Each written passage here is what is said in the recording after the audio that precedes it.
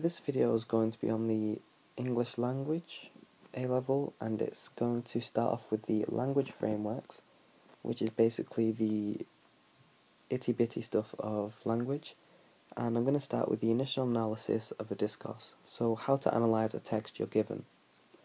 So when analysing discourses, you should first skim read your text.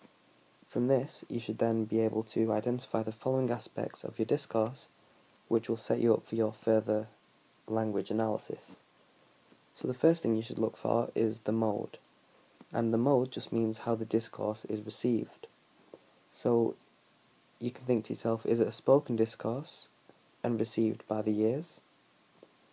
Is it received via the eyes and then therefore a written discourse? Or is it a blend of spoken and written? So for example, a text message, even though it's received by the eyes, it's used to incorporate text in terms of speech, so that's known as a blended mode. Next we look at the genre. So what style of discourse is it? Is it an advert? Is it a formal/informal conversation? Or is it an article? Once we've determined that, what's the subject? So what is the discourse about? So you need to be able to determine the subject from the lexical choices, and lexis just means words. So is it about cooking? If so, the lexical field, and a lexical field just means basically the words that have a certain connotation. So the lexical field will use cooking specific terms such as cook, nutrition, etc. Is it about cars? Similarly, the lexical field will show this with car specific terms such as torque and cruise control.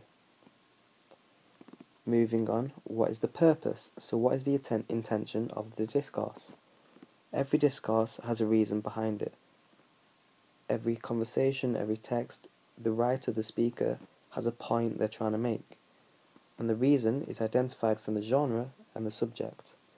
So, for example, is it to inform you on how to cook?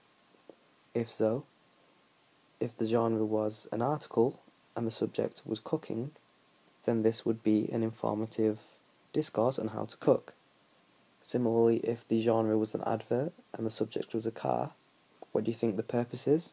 It'll be to persuade you to buy a car. Next then, the audience. Who is the discourse aimed at? This we can derive from the above purpose. So try to be specific, don't just say adults. So for example, you can say that it's aimed towards parents who are interested in buying a family car.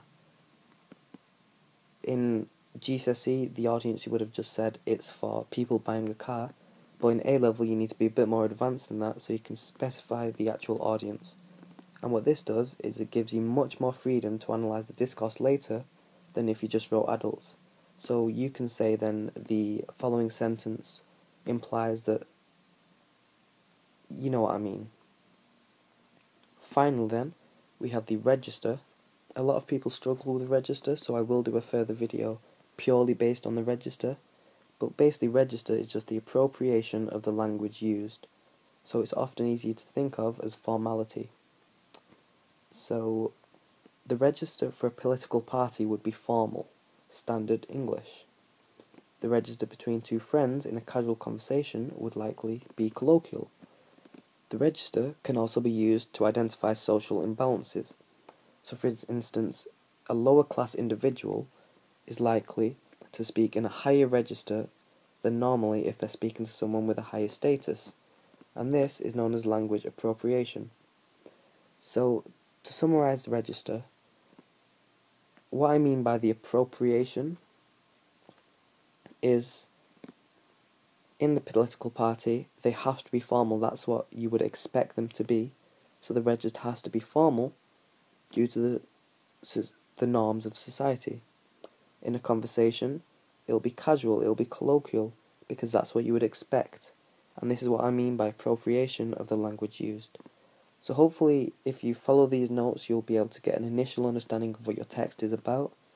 In the next video, I'll go through how to actually start analysing your text into more detail.